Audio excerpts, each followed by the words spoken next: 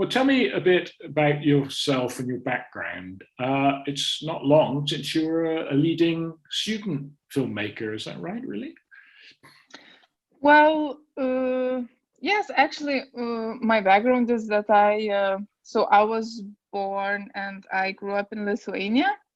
Most of my life, I lived in Vilnius, the capital of Lithuania.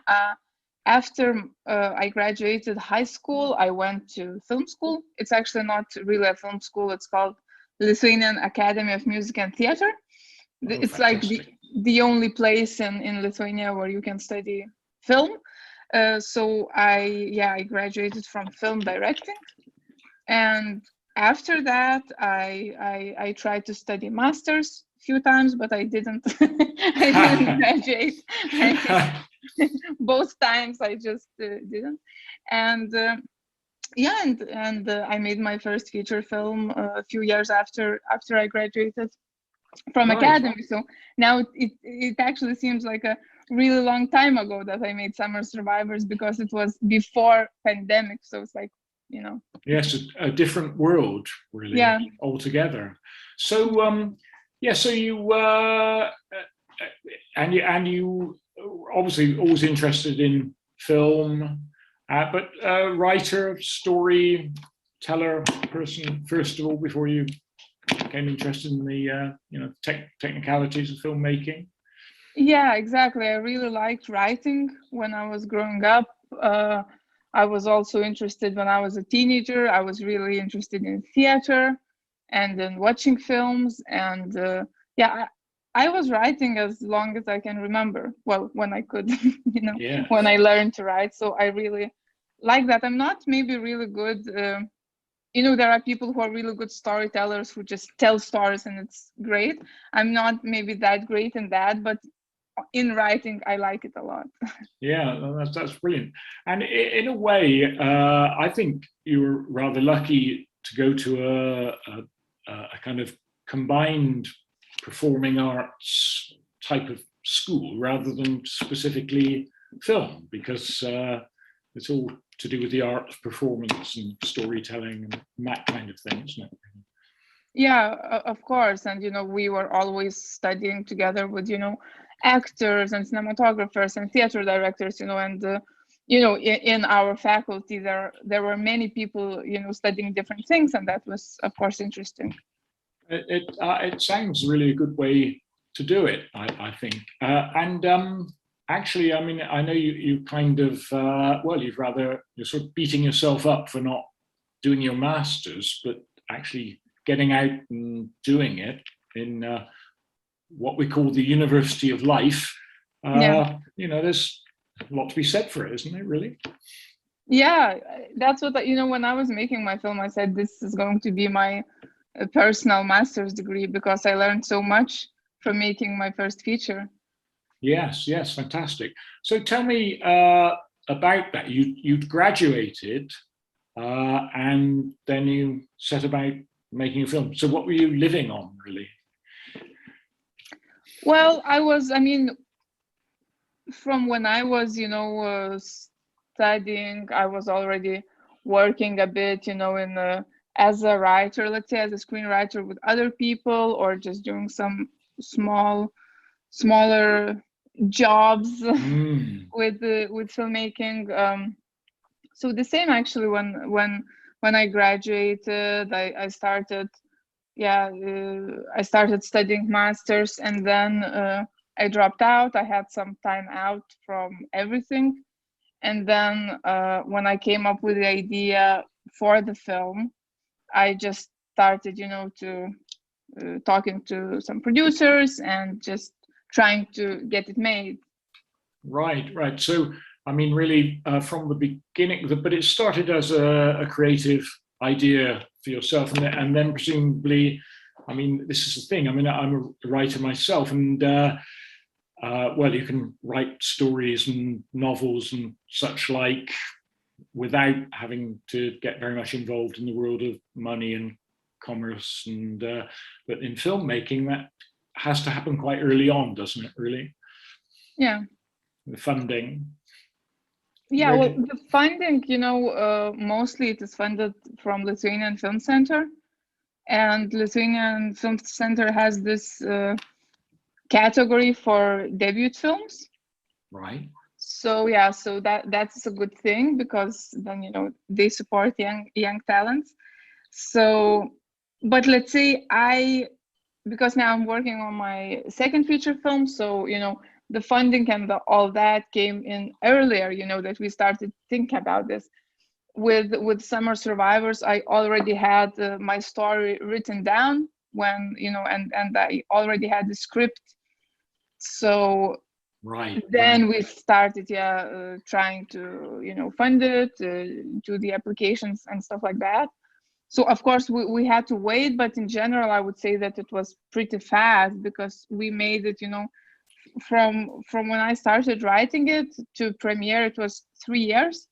And in Lithuania, with all the funding, it's quite fast, you know. Time. Yes, really. But it seems like a long time, but that actually, as you say, that's not, is it? In industry terms, that's pretty quick, really. Yeah. And I was just still on that. How much did it cost to make? Okay, I'm bad with this question, because. Oh, good. Don't worry then. Yeah, I mean, I'm just asking because I'm trying to, you know, for people who are like aspiring filmmakers and everything, to give them some idea. It wasn't expensive, because, you know, that when I told you about that category for debut films, it has like limits how much you can ask, and you know, we didn't have co-production, because I talked with producer and I said, I really want to make this film done as quick as possible, because I really, you know, felt this need to tell the story. So I was like, and we knew that, you know, if we would start try to get co-production, it would be even longer.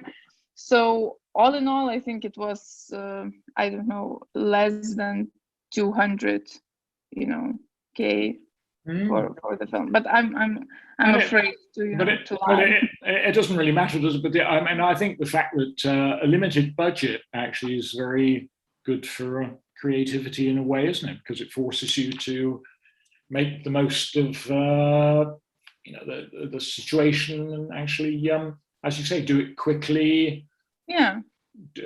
Not build elaborate sets and expensive CGI and all the rest of it. Just yeah. And that's how first films and early films are made, isn't it? Really, and good for that. So tell me about the research and the writing. I mean, obviously, it's a really excellent film, I think, and I really admire it. Having, you know, had a lot of experience in that world, I really like it, because every character is, well, in the modern jargon, they have agency, don't they? Every character is an individual and has motivation, and there are no kind of sort of representative figures. They're all interesting, which I think is a great thing.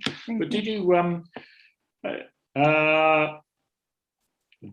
do a lot of research into other people's lives, or is a lot of this coming from your own experiences?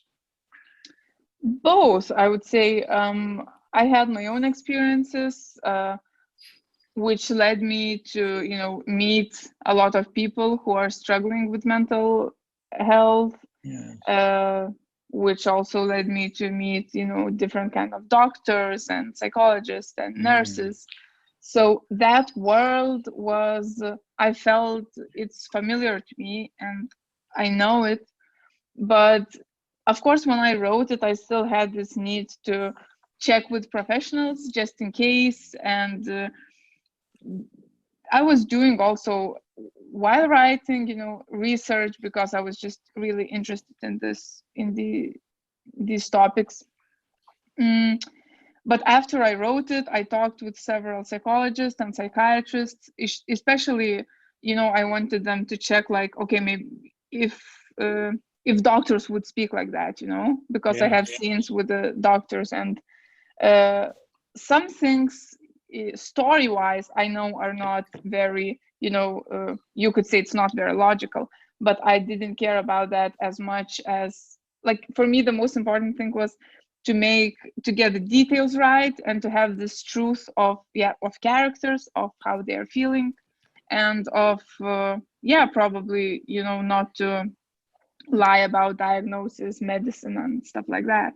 Because I know that if I would watch a film and that would be something that I know and it's showed in a wrong way, then I would be like, oh, maybe I wouldn't trust the person that he knows what he's talking about. Well, I think that's absolutely it, isn't it? I mean, I think with any form of storytelling, the first thing you have to establish for the reader or the viewer is that they're in good hands. Yeah. That they're with somebody they can trust, and I think in this case, the film it really does that.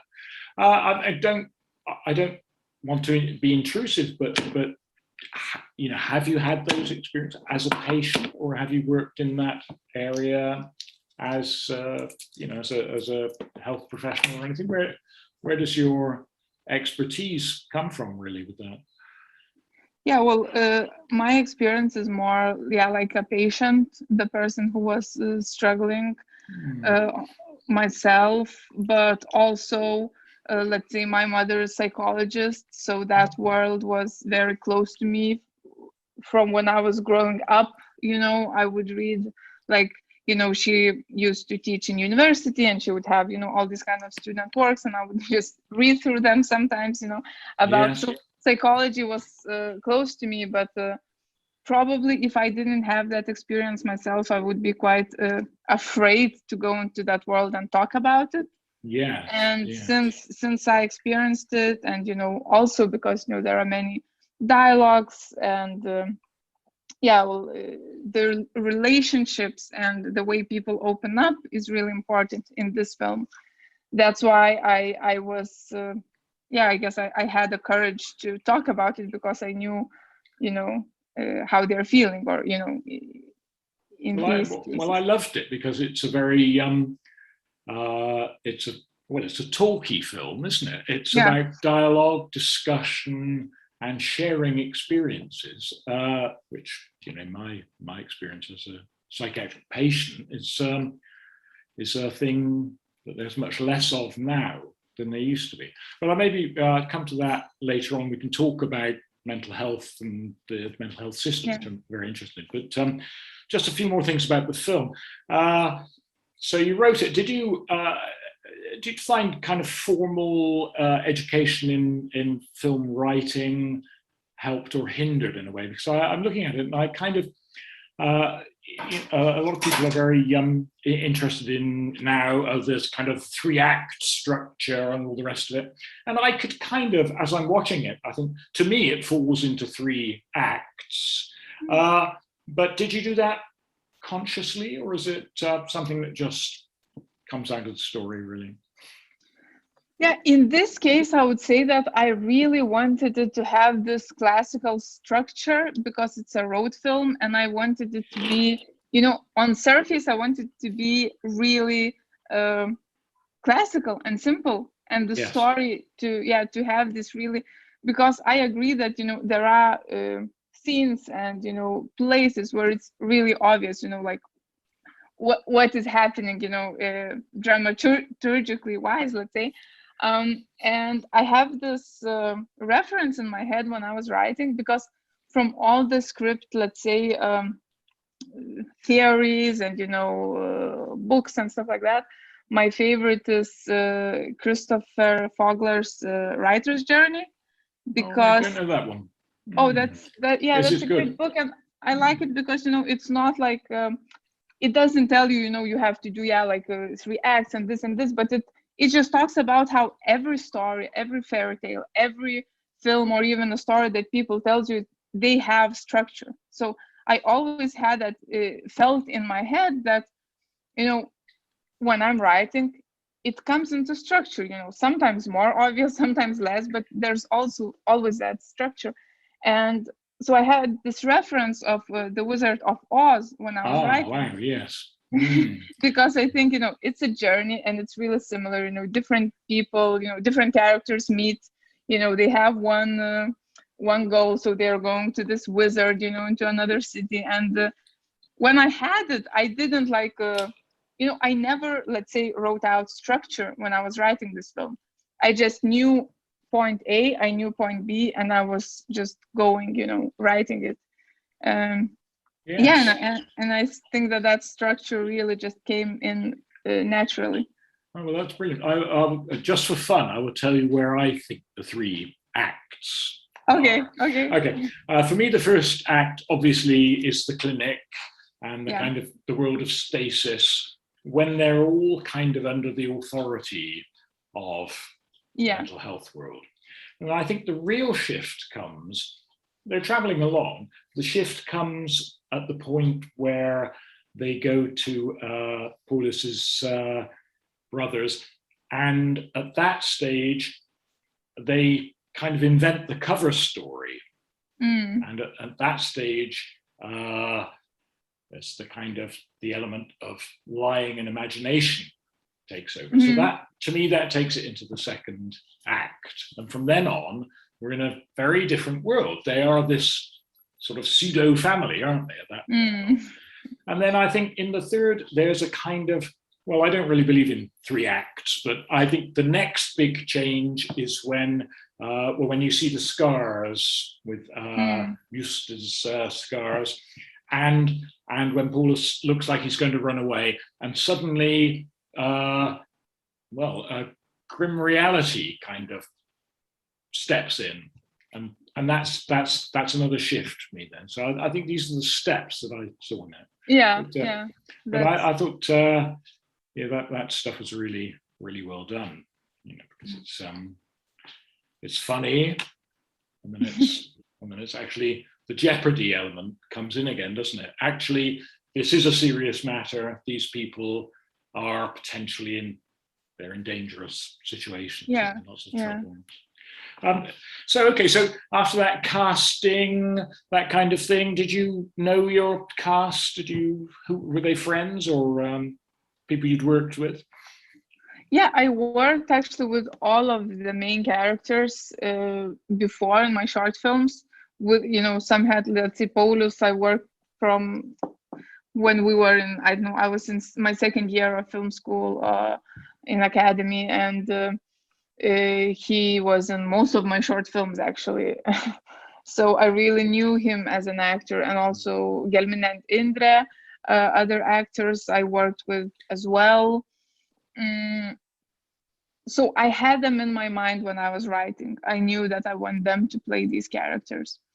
That really helps, I think, doesn't it? And because it's a mutual trust between the writer, director, and the actors. I mean, are you a sort of stickler for the script? No messing about, or do you allow them to? How much were you allowing them to play a role, creative role in that way?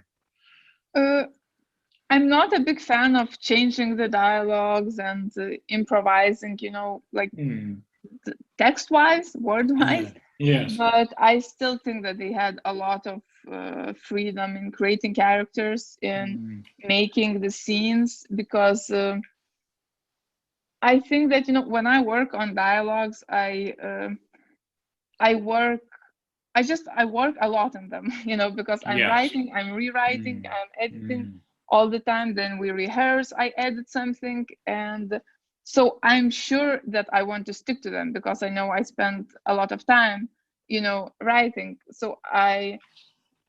But of course, if there is, some small changes that actor wants to make because, he feels like it's better for his character, then of course I agree, because I know that at some points actor knows better being in that scene what he has, what he wants to change.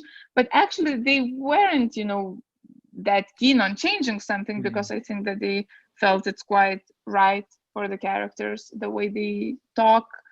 But I would still say that it's we create, really equally. I'm always really interested in actors' ideas, what they have to bring, what they have to offer, and I think that the most important thing for me is to give that space and give that time to look, for the scenes, how you want to be in that scene, how you want to move in that scene and be ready. I don't like to, let's say, know really exactly, okay, camera is going to be here, so you have to stand on this mark, because then maybe he won't want that. I want actors to walk and move the way they want to in that scene, and then adapt with the rest of the team. Yes, I think that's right. And of course, I mean, in movie dialogue, the words are, in a way, they're a framework. And as you know yourself, a lot of what is going on is in gesture and movement and facial expression, and the way characters look at one another, which is not written. It's not scripted. That's direction more, really. But, exactly. But they do it, don't they? In a way, you're observing, and you maybe shape a little bit, but you're letting them do it. Really, they have to really love the characters and be committed to them, don't they? Exactly. I think you've got a tremendous cast, actually, and I think obviously Paulus. He's got it just right. I think that edge between kind of being very charismatic and attractive on the one level, but also a bit dangerous and troubling on others. And I think Indra, well, to you. I don't know. Is she would you say she was the kind of, for want of a better word, protagonist of the movie? Is it her story for you, or is it somebody else? That's a good question, actually, because when I started writing, it was definitely her story, because I felt I need this kind of character, who brings us to this world that, let's say, for part of the audience, it's an unknown world. So she's kind of, opens the doors, because she's also doesn't know how to act. She looks at the characters a little like some people maybe in the beginning of the film looks at them when they don't get to know them. But along the way, I was really interested actually in balancing the three characters and to working, kind of throughout the film. I wanted it to, how to say, at some points make them feel like one, like they all are the main characters. So we start film with Indra, then in the middle, the main, let's say, engine, is Paulus, who, he takes a lot of screen time. He's as you mentioned, really charismatic. And we end with Justa. So, they all have this, like, times for them to. And I think that the most, the biggest change, actually, we feel through Justa at the end of the film. Yes, that's true. Yes, and of course, Indra is well, she's the audience's way into the story, isn't she? Really, because she's, for want of a better word, she's the normal person. Yeah, isn't she? And she's the one. She's astonished and astounded, and she's our way into it. But actually, well, I think my hero for the film is Damascus, the psychiatrist. How do you pronounce his name? Damascus. Damascus, Dr. Damascus. Yeah. Dr. Damascus. Well, I'll maybe come to that. But okay, he's the kind of Wizard of Oz character, isn't he? Really. Isn't he? He's the wizard. Okay, brilliant. Okay, so so I can see where you got that. What about your your director of photography? How did you find the person for that? Really. So, director of photography, I knew him from when we were still studying. We worked also from my second year of academy. We shot some short films. Now he started, after we graduated, he started directing himself, actually. And today he left for Venice Film Festival with his debut feature film. So I'm really excited. So we have this really good creative relationship where I'm always working on his films, he's working as a cinematographer on my films, and I really trust him. I think we know each other well enough to understand, let's say, what we want from this film. And now we are preparing for my second feature film, and even though it's going to be different and we're looking for different visual style, but I think that the fact that he knows me and I know him, it makes it so much easier to talk about the film. I like it because I think in a lot of discussion about film, people sort of like to talk about the technicalities, the color palette and the editing rhythm and all the rest of it. But actually, in a way, I think all that stuff should be not in the audience's face. It should be subliminal. It's the storytelling, and I think that's done so well. But I mean, you have got that kind of grey blue color palette that is slightly depressed to me, and I think that's really nice. And then, I love the pink plastic flamingo in the swimming pool, and I thought that was. But I don't know. I don't know whether you put those things in consciously. Yeah, we do. And I don't care. I don't care whether you do or not, because it works. And I think that's the joy of it, really. I love the music also. I've got a visitor. Hang on, 2 minutes. Okay. Yeah. Okay. It's my son. But no, the music I loved. Well, I loved both the music and the sound design, and I think they go together. I like the music, just a tiny little bit of fractured kind of piano comes in at the beginning. Obviously, there's the singing, which is a big moment, isn't it? But I loved the ticking clock in the car when they're waiting, because it's quite loud, wasn't it? I think I'm thinking, I don't know, cars, do they have a ticking clock? But I thought the ticking clock was good.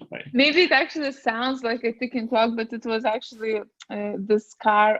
I don't know how it's in English, but when you put car on like this emergency, and there's this tick tick tick tick tick.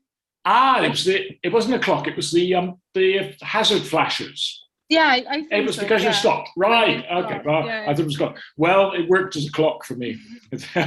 Same kind of pressure. Excellent. Okay. Yeah, but actually, the sound designer and composer, that was a really good thing, because we spent a lot of time with sound designer. And he was also recording and then doing the post-production, and we really looked for sound to help kind of show how characters are feeling. So sound designer, what I really liked at one point, he said, maybe you can like draw me the how to say, some kind of structure of each character and how he's feeling, so we can put it in sound. And we did that, and we talked, and I think that it's the sound is not as realistic, let's say, but more psychological. Yes. That was our approach. Yes, absolutely. And I think that's it's the way to go, isn't it? Okay, and then you're shooting. Did you have for a set? Did they give you a clinic, or what is that place where you shot the actual clinic? Is it a real place? Yeah, it is a real place, and it is like one of the main psychiatric hospitals in Lithuania, public hospital. It is in Summer Street. That's why I wanted also summer in the title, because we have this, like a urban saying, kind of like a almost folk in our language. People are like, if somebody wants to tell you are crazy, they tell you, oh, you should go to Summer Street. because everyone knows that in the Summer Street there is a psychiatric hospital. We have that here very much. When I was brought up, they'd say, oh, you're off to Barrow Gurney. Barrow Gurney was a village that had a very big asylum. So you're going to Barrow. Yeah. So we do, yes, we do that. Yes, but and is the film called Summer Survivors? Is that the Lithuanian title, or is that a? In Lithuanian, the exact translation would be actually to survive a summer. Like išgyventi is like to survive and then summer. But actually, English title came up first. I came up with an English title in the beginning, and only then I created a Lithuanian title. Right. But when you shot in a real psychiatric hospital, so you must have had quite a bit of help. And are there?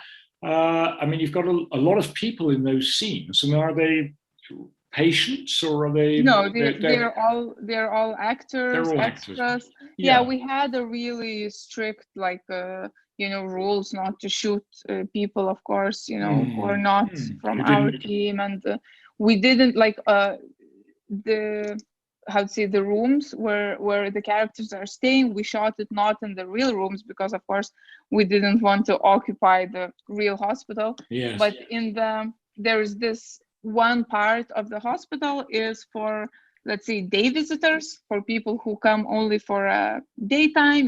They have all kind of social activities. They meet doctors, and then they don't spend nights there. So they have some rooms just for them, just in case. Right. So they are usually free. So we shot in there, and then we shot in some doctors' rooms, but they were also, we made them I really wanted to shoot in that place because they have this big yard, and I really like that it's not a scary hospital. I really, because there is one hospital, let's say in Lithuania, in Vilnius also, that is also psychiatric, but it's much more dark, and they don't work as much with social activities. They only work with medicine and stuff like that. So and it's bigger, so they have more places for patients and so on. But I wanted this hospital not to look like some kind of a hospital from horror films, because I think it's been done so many times where you watch a film or TV show about mental hospital, and then you are even more scared, and it's more mystified in a way. And well, that is in a way that's the problem with mental illness psychiatry type films, is that very often they're overly influenced by the horror genre, I think, in a way, aren't they? It's really right back to Foreman, the One Flew Over the Cuckoo's Nest, which was a very frightening film for a lot of people, wasn't it? Yeah. I mean, I think you were lucky the place you found, because it's actually quite attractive and appealing and welcoming place. Yeah. Which is not what they're all like, really. Yeah. So good. Yes, I think that's good. Okay, and the other thing, of course, you had to do a lot of shooting in the car. So how did that work? Did you have several cars, or did you saw a car in half, or was it a real car? No, it was a real car. It was all really simple. We most of the time were inside the car, so there would be actors and cinematographer in the car. Me and sound designer was in the trunk of the car. It was we could fit there, even though it was quite small. But and then we had 2 shooting days where we had low loaders, so the car was right. And then, because I really didn't want any car mounts, I didn't want the camera to be very stable, and with car mounts, I knew I will feel really okay, we put it there and then we cannot do anything, we cannot move anymore. And I wanted the camera to be moving always. Right. Yes. So even when we shot, when the car was on low loader, the cinematographer was like strapped and he was outside, but he was still, you know, filming with handhelds. So when it was moving. yeah, yeah. So well, really, But I mean, he was strapped, you know, and he even so, I don't think we probably wouldn't be allowed to do that here. We have health and safety laws in this country. We probably can't be hanging on the side of a moving car making a film. I was very pleased that there was no dodgy back projection like in a Hitchcock film. Then really, no. I mean, I actually kind of like that look when they have so do projections. I. Yes, but yes. For this film, I didn't think it. Not for this film. No, yeah. No, that's right. You didn't want to do that. Brilliant. Okay, and then so you shot it and editing. What's your kind of ratio time? I mean, how much time did it take to edit? Really? Editing was quite long. I mean, we finished, you know, shooting in the end of summer. Editor started working in autumn, and we maybe finished in spring. Right, so, right. So I felt I really needed time for editing because we had quite a lot of material, and especially with the ending, I was really like rethinking some things. You know, it did change a bit from not that it changed a lot from the screenplay, but I really felt that I needed, you know, some time to try out different things. So yeah, so the editing, the editor was patient, but I don't think it was really easy process in a way that I wanted to try a lot of things. And right, yeah. So you actually were doing a lot of really creative work in the editing. Oh yeah, stage. That was like yeah, and also I felt that in the editing I learned so much. Yes. Yeah. Well, it's and you were finished. When did you finish? When was it all? When did you feel it was ready?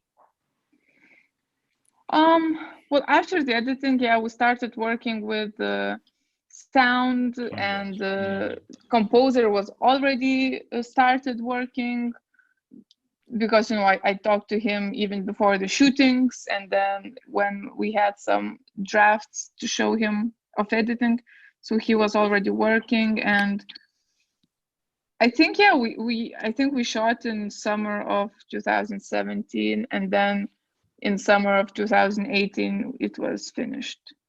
Right. With the sound and stuff like that. Yeah. Yeah, that's good. And after that, I suppose you had to do subtitling and that kind of thing. I mean, was that kind of, you had the films finished and then you go to somebody to do the subtitling and all that stuff? Is that how it works? Yeah, at first we finished it completely, I think, and then it was translated and subtitled. Yeah. American subtitles. I can't stand American subtitles. So you're rather stuck with that, aren't you? No, the only one point where I didn't like it was where she says there's a turtle on the floor, and it's not a turtle, it's a tortoise. A turtle is an aquatic creature. If you put a turtle on a living room carpet, it will die. Oh no. Okay. I actually never thought about that, because I used to have a turtle, but it died, unfortunately, last year, and it was the same that it was in the film, and I always called it turtle. I thought it's turtle, like, well, I honestly don't. Yeah, well, like Mutant Ninja, yeah, but I honestly don't. I think in America, I don't know that whether they have. I think a turtle and a tortoise are the same thing in America, but for us, it's such a, when you showed in this country, you say that's not a turtle, that's a tortoise. Brilliant. Okay, well, that's really good. Thanks. Aside from the film, I did want to talk a little bit about the mental health world and everything. I mean, for me, I'm a journalist, and for first 25 years of my career, you were never allowed to use the word I, and the autobiographical note was absolutely shunned in journalism. In those days, it was a very formal profession. You didn't put yourself in, but now you are allowed to put yourself in a bit more. So, just talking about this, I mean, I'd say, I mean, I've had a long career as a psychiatric patient. I mean, the very same year, 1977, I started my journalism, and I was first given a label as a psychiatric patient, and had a spell in hospital then, and have had lots since. And well, one thing, I mean, in a way, this made me feel rather nostalgic, because it's what we're seeing is a very humane system. There's time for people, although Damascus is under a lot of pressure, isn't he, to process people through the system. Yeah. But he represents an older school, where the purpose of psychiatric institution really was asylum meaning protection and safety. Yeah. And he very much wants to leave Paulus there just to work through it himself, doesn't he? Not to kind of process him. And you can see that Damascus's bosses are very much more, but you have to understand, we have to have the throughput, we're kind of processing people. And I thought that was, for me, that really did represent how things used to be here. But now, increasingly, it's, there's no money for the service. And so only the most ill people are ever hospitalized. And they're in very pressurized and intense circumstances, which are all about control. I mean, control through drugs and through confinement. And it's very, and that kind of, that the open air and the games and all the rest of it are really, there's not much of that anymore. It's very much, and I wonder if that's the way in Lithuania that things are also going in that direction, that because it's a very expensive part of the health system, that now people are looking for the quick, cheap, and often technological fix. I thought it was really very interesting about the fact you made Indra, that she's interested in her biofeedback machine.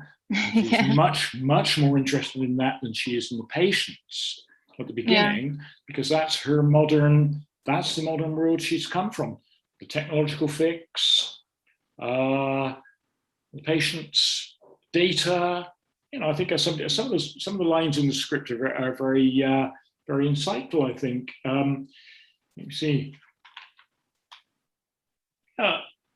She says, somebody says to her, is it, so I need to be doing this because I'm kind of getting data on how suicidal people are.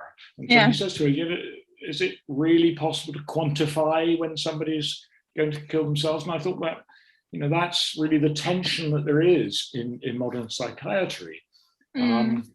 If we can process it, get people back, do this, whereas really it's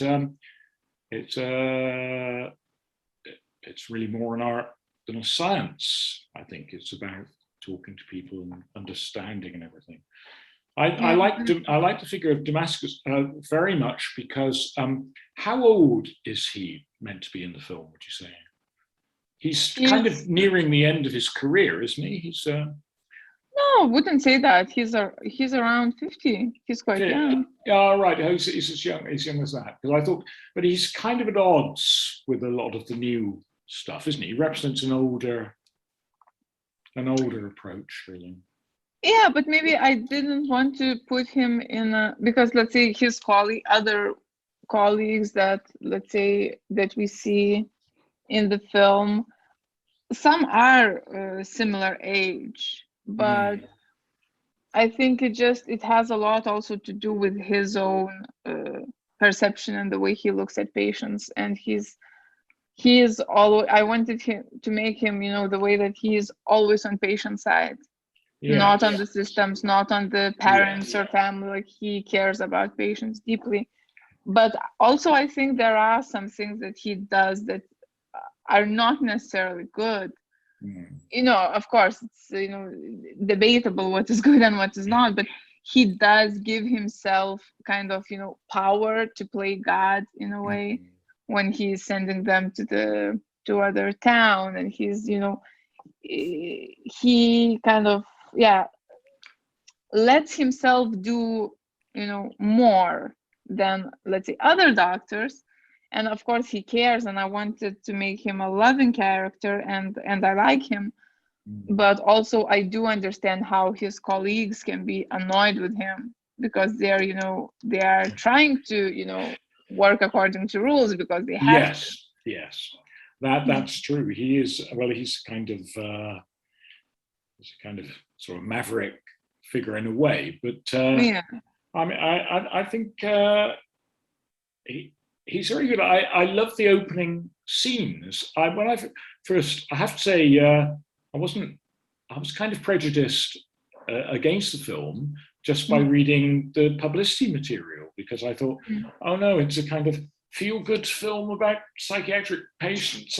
No, please, not that, not, you know, I just, but it's not like that at all. And I thought that, well, the opening scene where Indra arrives at the hospital and she's sitting in the car, and she looks very glum and depressed and miserable and worried and upset.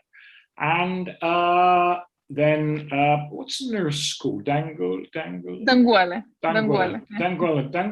turns up and looks in, and at that stage, you're thinking, and Indra says, "Oh, I have to see the doctor." And obviously, you take her for a patient, don't you, at that stage? Or I did. And then you go into the hospital. And this is very much, it's absolutely true to the real experience of being admitted to a psychiatric hospital, which is a sense of total confusion. You don't know who is a doctor, who is a patient, who has authority, whether people are being kind to you or horrible to you. And so when she goes into the room with the doctor and he's playing backgammon, you think, what? Who is this person? He basically, he doesn't care. He's just, look, he's, you know, and I thought that was good. And then, of course, as it emerges, he's playing with a patient. So it's, you know, so he has a legitimate reason for saying, oh, you people get out of my room. But I loved the bit about the parents, where the parents come in and he says, well, as you know, she says, they say, we've come to take her home. We've got to do this. Says, well, how old is she? And I think that's a very good thing, because he recognizes the patients are adults with autonomy, even though, you know, in a mental illness situation, people kind of relinquish their adulthood. They become children in a way. And but I think it's really important, you know, for doctors not to look at patients in a way that they are kids, or that they are these, you know, poor people. I mean, I think it's important to give responsibility for patients. And what I see in the system sometimes, what is the most, let's say, annoying for me, what I sometimes witness, is when doctors try to explain patients how they're feeling, or they're trying to explain patients something about their illness, but patients know better. You should ask them, and I even think that it would be like the best ways to educate psychiatrists is patients should educate psychiatrists on how they're feeling, you know. And so I think it's really important that let's say, this doctor that I wanted to portray, he looks at the patients as if they're, you know, on the same page. He respects them as adult people. I think that's right. There's got to be a basis of equality and kind of mutual understanding and mutual learning. I mean, I always think the problem is that these are places of confinement in a lot of cases. I mean, in your case, in your film, are all the patients voluntary patients, or are they people who've been, committed, so they have to stay there by law, they're obliged to stay in? How does it? I would say they're volunteer. I mean, because there are really little ways how you can get in not voluntarily, right? So let's say since Justa gets there after a suicide attempt, it's usually, we don't show it in the film, but after the suicide attempt, you're brought to the hospital. That is, for to sue your, or to clean your stomach, something like that. And then they always recommend to go to psychiatric hospital if they know it was a suicide attempt. So I would say that she got this recommendation. She doesn't want to be there. It's not that she asked to be there, but I think she did agree, because maybe her family. I mean, I had some scenes also with her mother, but it didn't make it to the film. But I think, she knows that, let's say, for people who care about her, it will be more, they will be calmer if she's there. Yes. And Paulus, I would say it's not his first time in the hospital. So I had this idea that he came in this time with severe depression, and it was voluntarily. Well, I mean, we have quite a lot of compulsion here in our mental health system.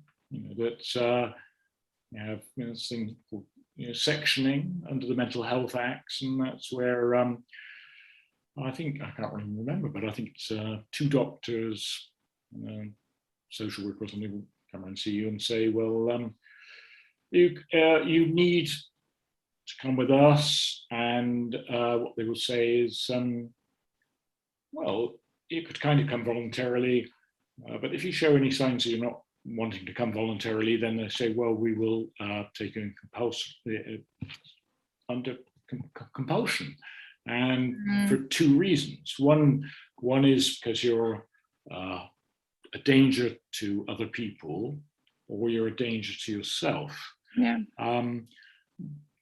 But in a way, it's it is quite a harsh regime, because who is to decide whether you're a danger to other people? And in the past, I mean, my own experiences have been that used to be, there was time that people would sit and talk to you for a long time and persuade you that you needed a rest. And of course, it was more, in a way, it was more pleasant and humane in those days. So they'd say, we'd need a rest, and they'd say, hang on, I'll get on the phone, I'll try and find somewhere for you. And it would be somewhere maybe 2 or 3 miles away, and there would be a garden, and now it's not. Now we really don't have any of that anymore. We haven't got time to discuss it with you. We think you need to go in. There's only one place in the 2 counties where we live, so there's only one place for maybe 40 or 50 miles around, and it's a horrible place, but they don't tell you that. But so, now compulsion is very much central to what they do. Although they just, actually, when I speak to, I've got friends who are psychiatrists, and they disagree. They say we very rarely, but that's not my experience of what they do. But I thought you're very, I mean, my diagnosis is manic depressive, and I thought I just was hooked by the film from the minute there was the dialogue in which Indra and Damascus are speaking about that. And he says he's a manic depressive, and she says, oh, you mean bipolar? Shouldn't we say bipolar now?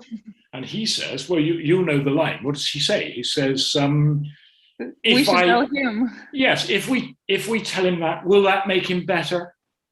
And I think this is very, because the language that's used in these things is very important. But actually, for myself, I mean, now we all define ourselves, don't we, in different ways. That's how we do it.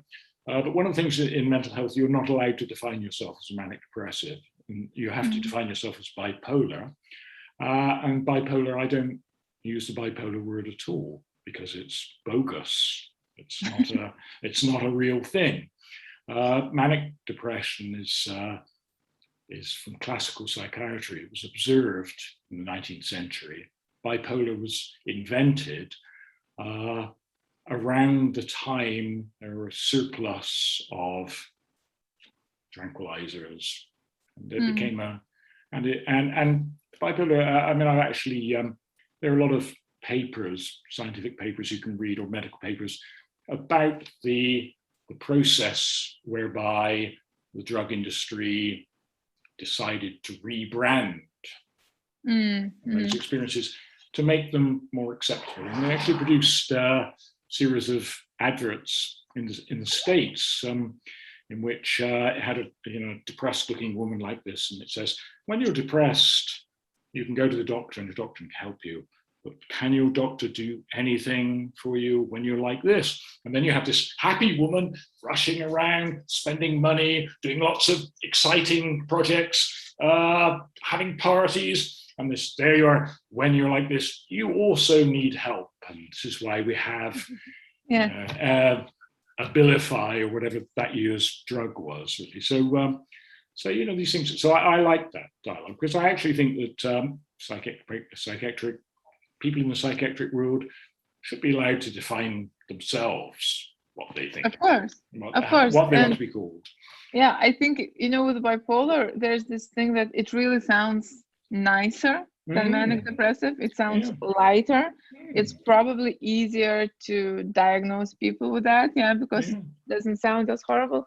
But also, I read somewhere, and I really like this thought that it's like, if you say bipolar, is it like only two poles? Like, there are so many things in between. But also manic depressive also, I would say it's like you're either manic or depressive. But I would say that the hardest part, as I see this diagnosis, that there are so many things in between, that there are so little discussed, and so little, and they are the most horrible ones, right? When you are just going into, let's say, depressive episode, and you don't know if it will, turn into that, or you're hypomanic, or just going, or it's a mixed state where you just feel both at the same time. And so there are so many poles, definitely. Yeah, well, there are. There's certainly, it's a really crude kind of metric for measuring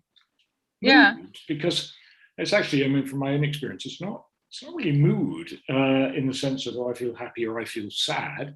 It's a major disruption in your experience of life. It's very different. And I mean, actually, my friends in psychiatry are also quite angry and well, not angry, but unhappy about what we now call mental health, which is this thing that everybody now is living in it. Oh, mental health. It's Mental Health Week on the television. What can we do for our mental health? And mental health means things like, oh, if you're feeling a bit low, chat to a friend, or go and have a nice cup of tea, or go for a walk. And that isn't very much to do with mental illness, which is psychiatry, which despite 20 years of kind of destigmatizing, in many ways, the stigma for actual serious mental illness, as they now call it, but the stigma is rather worse, because these are the people who end up in those hospitals, which, because they're so small and intense, most people now have no connection at all and don't know anything about. And bipolar is it's a kind of byword, isn't it? People say, when you must read endless interviews with actors and actresses in which they will say, oh, well, I'm slightly bipolar, I'm basically bipolar. Yeah, oh, that's I'm fair. feeling a bit, I'm having one of my bipolar days, and I want to say, well, yes, that's you. You're bipolar. You're not a classical manic depressive, because if you were, you would have been hospitalized repeatedly over the Yeah. last 40 And you years. probably you wouldn't say that so easily, No. right? Oh, I'm bipolar, so I'm like, Yeah. you just don't say that. You don't say that. You don't say that. But I like it. I mean, I think one of the you've had a couple of reviews around the place. I've read interviews and things. I read one, I think it's Toronto, from the Toronto Festival, where you Toronto, as they say, don't they? Toronto, on the Toronto Festival. But in that there was a discussion that says, oh, and people are quite, some of them are, the ordinary public are quite unkind to some of these psychiatric patients, and they say things like, oh, you're mad, you're mental, or whatever. And I thought that's quite good in the film, because this is what people are like, and a lot of people would be quite anxious about that. Or should we show people being basically unsympathetic? Because it's like, but I was quite comfortable with that. And as a kind of lifelong, I don't even say sufferer really, but experiencer of those conditions, I've never cared in the slightest whether anybody said I was mad, insane. I just don't care. I have no worries about the language people use to describe the condition at all. But I don't like being locked up and forcibly given drugs. It's that. So it's about how you're treated. It's not about what people say to you. I would say, it is.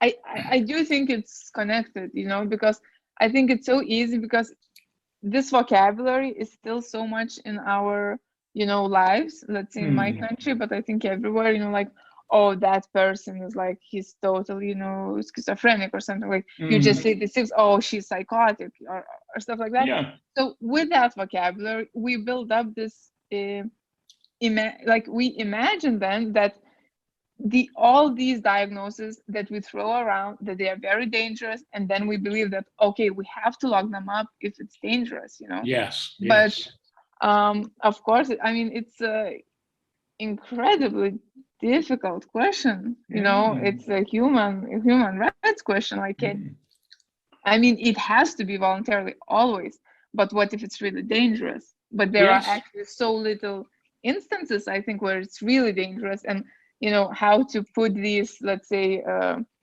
laws and stuff like that, that then you wouldn't, step over that and only use it for when it's dangerous, and how do you define that, it's dangerous?